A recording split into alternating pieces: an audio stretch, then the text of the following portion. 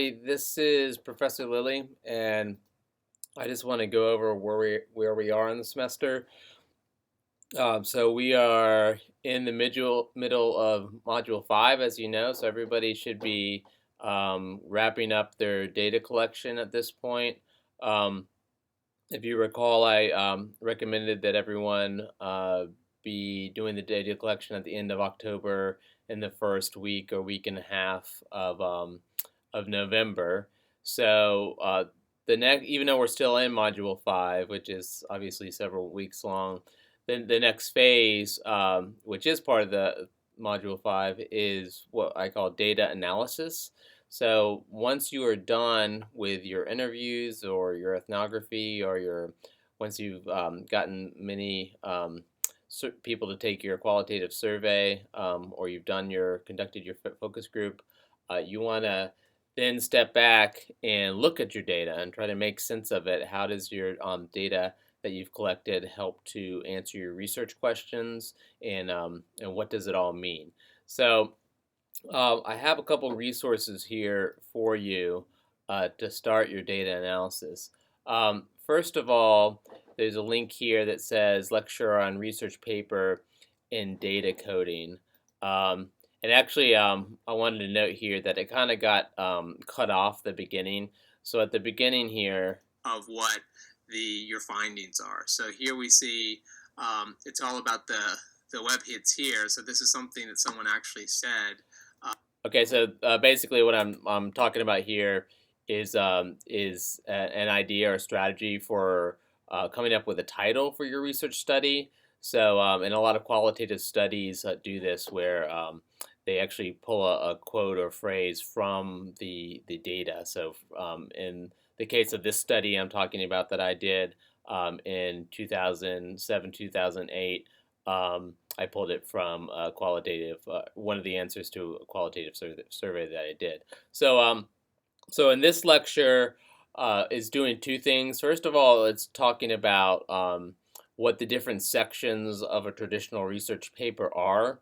And so this is a little bit more for the people who are doing papers, but and a couple of you have indicated that you might be interested in doing that as your form of presenting the findings. Most of you have said that you're more interested in doing an audiovisual presentation of your findings, such as Prezi. But you should also, even if you're going to do a Prezi, you should watch this, because the format of the Prezis in the sections basically should correspond to the sections that you would have in a research paper. So I talk about what those different sections would be in this lecture, and then in the second half here, I start talking about, let's see, I hope it, yeah, what data coding would look like. Let's see if I can find where I do that.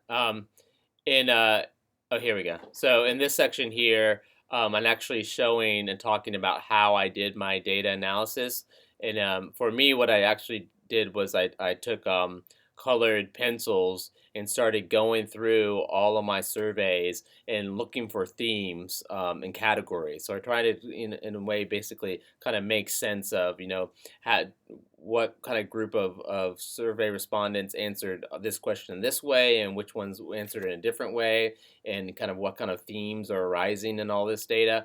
And so I'm just talking about how I did that, and which is also a common method for how qualitative researchers code and analyze their data.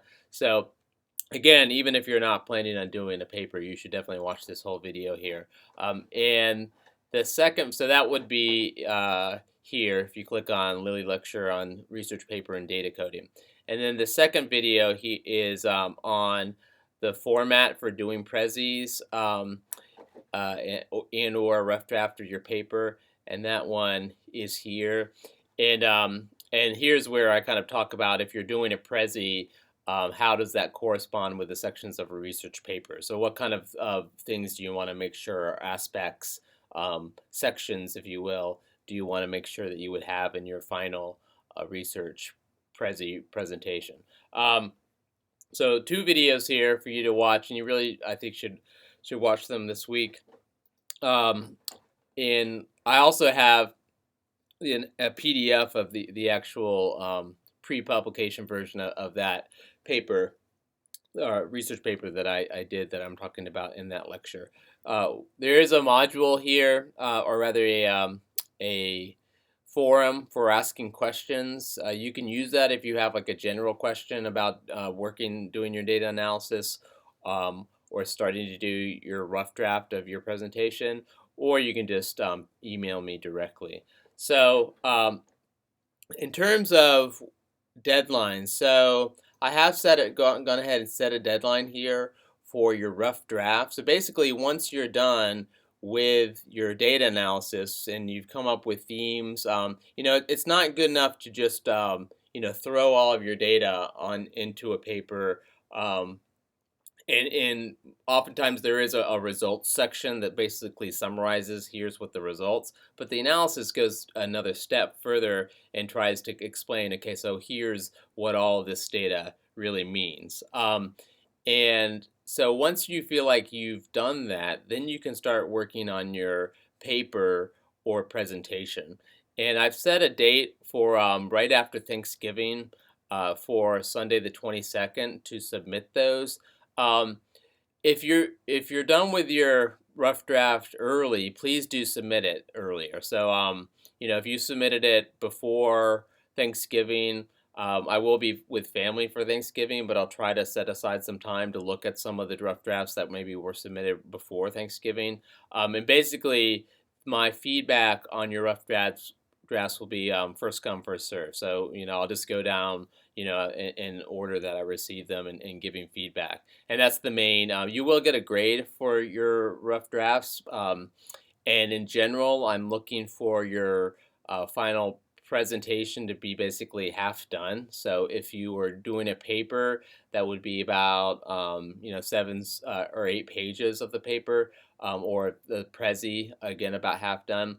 And I understand that certain sections will be more complete. So if you're doing a paper, or even a presentation, the aspect where you're kind of doing your literature review, for whether your Prezi or a paper, would probably be one that you can immediately start doing. So that section might be mostly finished, whereas maybe talking about your conclusions or your analysis of your data might not yet be fully formed in your brain, or however you choose to do your output. So I understand certain sections might have placeholders, for example, saying, here's where I'm going to put quotes from my data, so on and so forth. So I'm just kind of giving you a rough kind of goal of basically being half done. And the more done you are with the rough draft, the more substantive the feedback I should be able to give to you in terms of how to make the presentation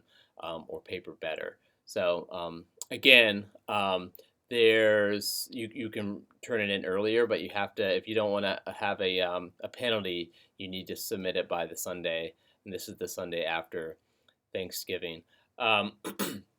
So this tree, and also just to let you know, here there are Prezi and paper option guidelines.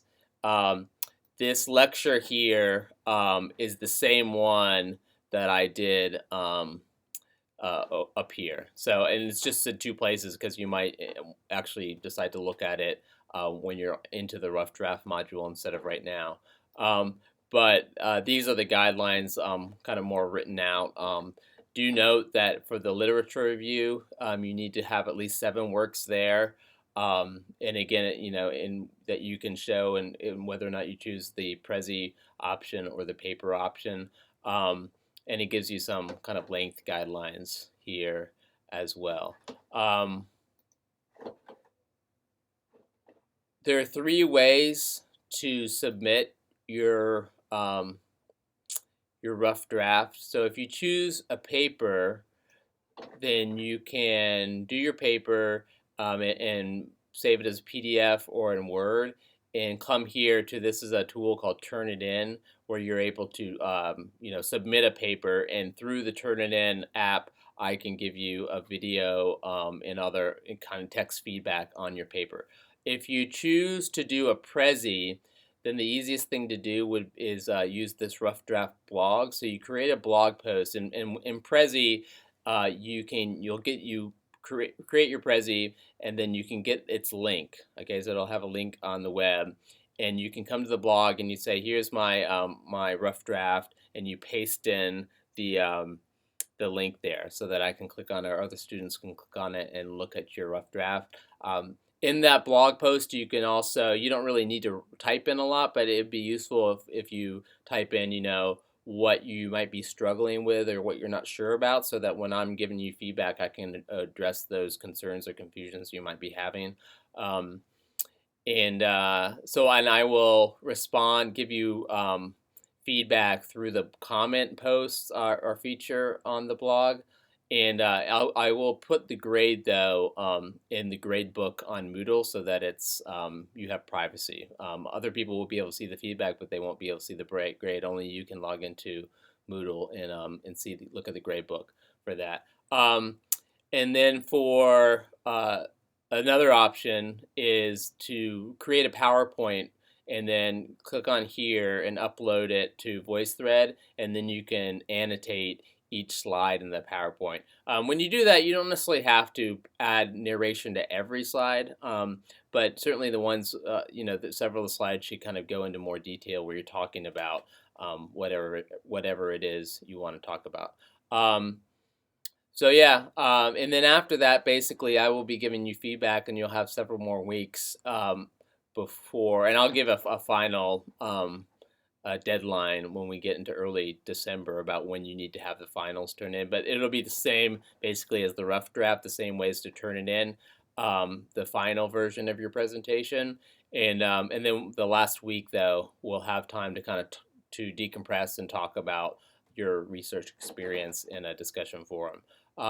So I think that's about it. If you have any questions, again, send me an email. And you definitely need to, though, watch these two videos that talk about how to do data analysis, and also talk about the Prezi in paper options. So I hope everyone's getting some really good data, and I'm looking forward to seeing your thoughts on your data and what you were able to achieve in the rough drafts. So take care and good luck.